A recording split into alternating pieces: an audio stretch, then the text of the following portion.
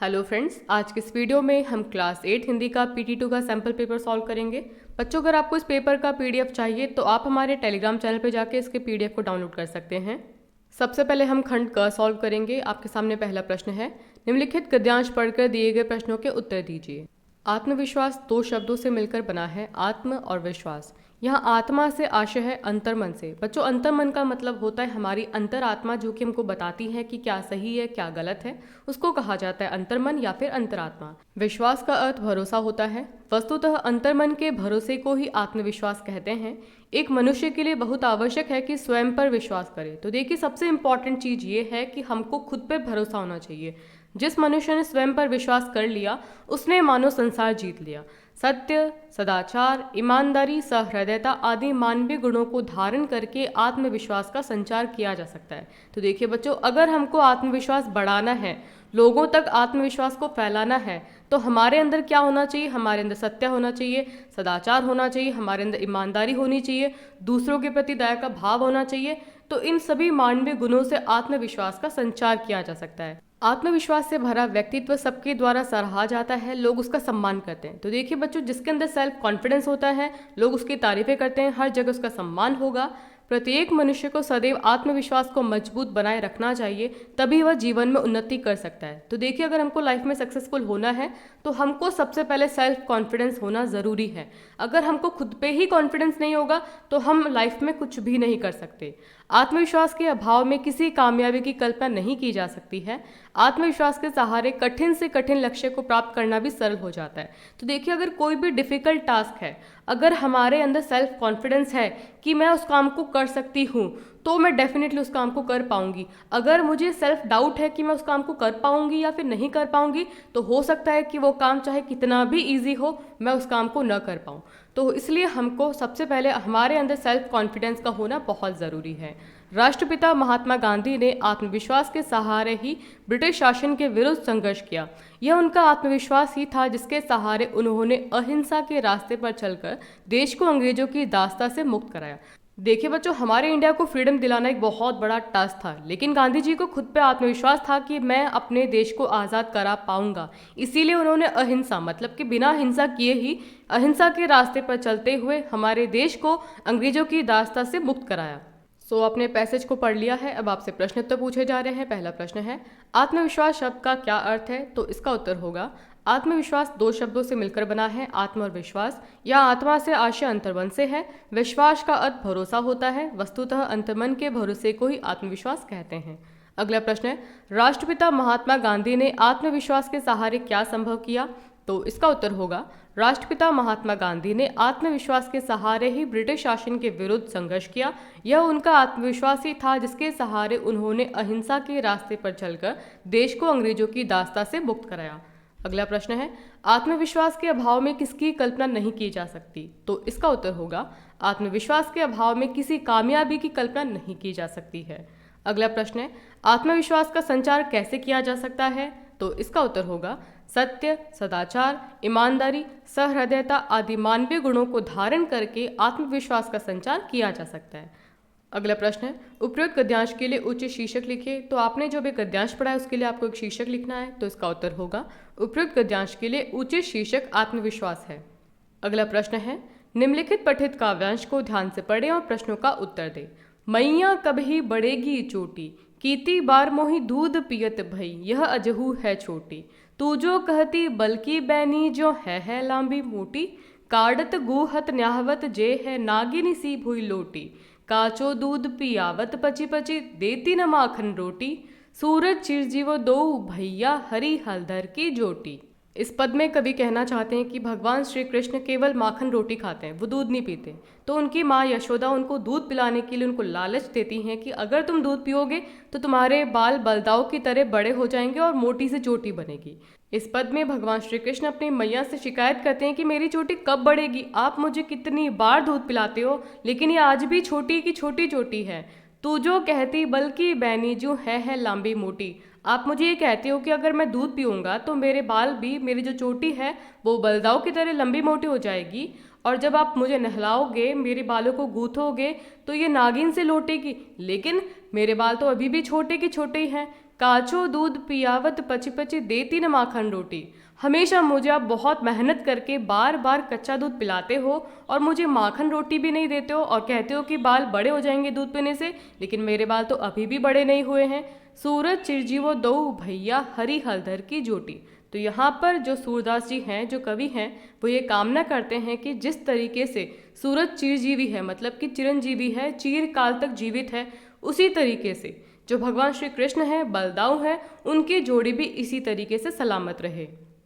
अभी जो आपने काव्यांश पढ़ा है उसके प्रश्न उत्तर करेंगे। आपके सामने पहला प्रश्न है, श्री कृष्ण जी यशोदा से क्या पूछते हैं? आपके सामने ऑप्शंस हैं, हे माँ मैं गाय चराने कब जाऊँगा, हे माँ मुझे मक्खन कब दोगी, हे माँ मुझे पीने के लिए दूध कब दोगी, या फिर हे माँ मेरी चोटी कब बड़ी होगी। तो इसका उत्तर होगा ऑप्शन नंबर 4, हे माँ मेरी चोटी कब बड़ी होगी। अगला प्रश्न है, चोटी बढ़ाने के लिए माता यशोदा ने क्या उपाय बताया था? तो आपके सामने ऑप्शंस हैं, माता यशोदा ने दूध पीने का उपाय बताया था, माता यशोदा ने मक्खन खाने का उपाय बताया था, माता यशोदा ने रोटी खाने का उपाय बताया था, या फिर माता यशोदा ने फल खाने का उपाय बताया था। तो इसका आंसर होगा ऑप्शन नंबर 1, माता यशोदा ने दूध पीने का उपाय बताया था। अगला प्रश्न है, माता यशोदा के अनुसार दूध पीने से चोटी पर क्या प्रभाव पड़ता है? तो आपके सामने ऑप्शंस हैं, कुछ भी नहीं, बहुत प्रभाव पड़ता है। दूध पीने से कृष्ण जी की चोटी भी बलराम की चोटी की तरह लंबी और मोटी हो जाएगी, चोटी छोटी हो जाती है। तो इसका आंसर होगा ऑप्शन नंबर 3, दूध पीने से कृष्ण जी की चोटी भी बलराम की चोटी की तरह लंबी और मोटी हो जाएगी। अगला प्रश्न है, काटते समय, गूंथते समय, नहाते समय चोटी कैसे लगने लगेगी?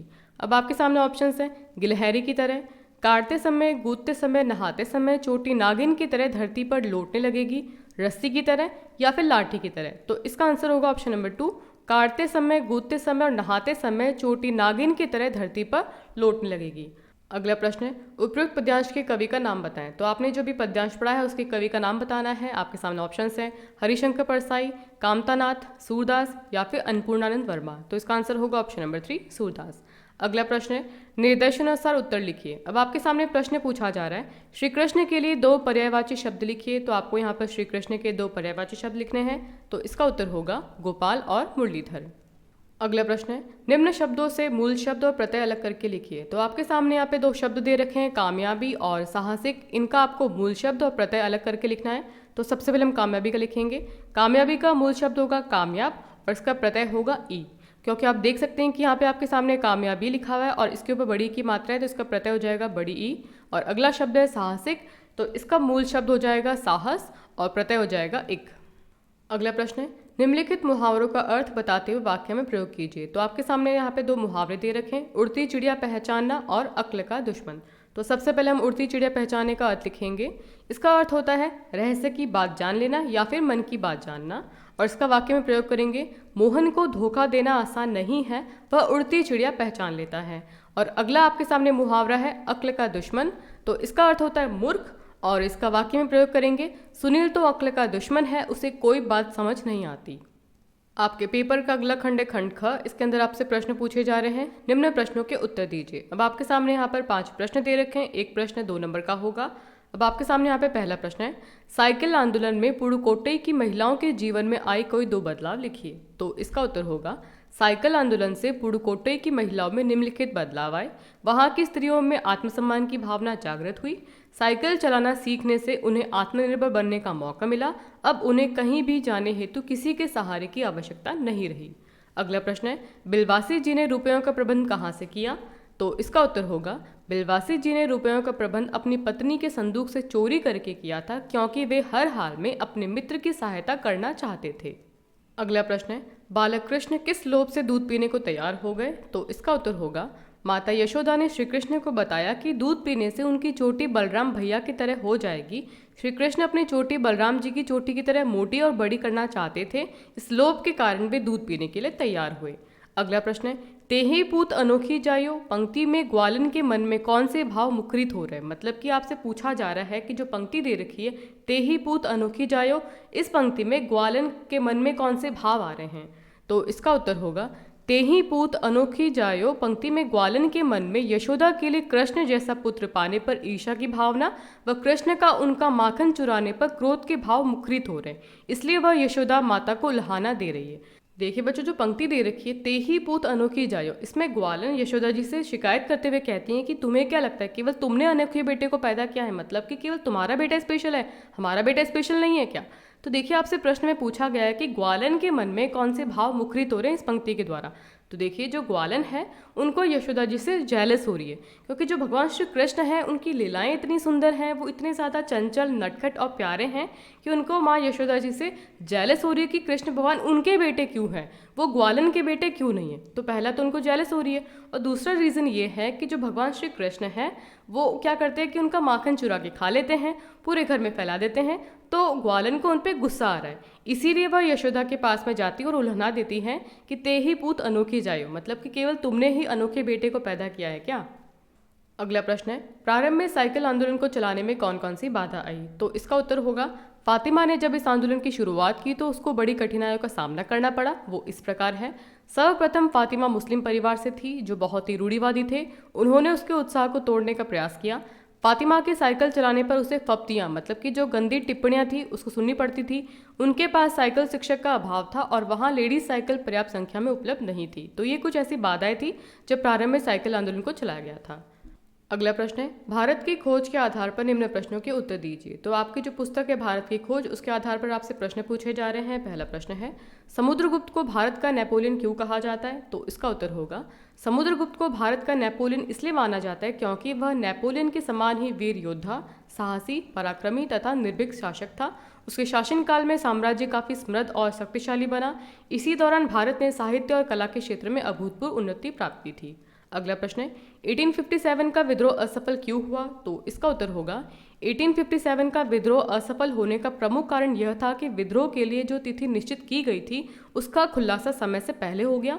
इससे अंग्रेज सतर्क हो गए। इसके अलावा देश के जमींदारों, सामंती सरदारों ने इसमें भाग नहीं लिया था, इससे भी यह विद्रोह कमजोर पड़ गया था। अगला प्रश्न है, हर्षवर्धन के शासन के समय कौन कौन सी विदेशी जातियों ने भारत में आगमन किया। तो इसका उत्तर होगा, हर्षवर्धन के शासन के समय अरबी, तुर्की व अफगानी जातियों ने भारत में आगमन किया।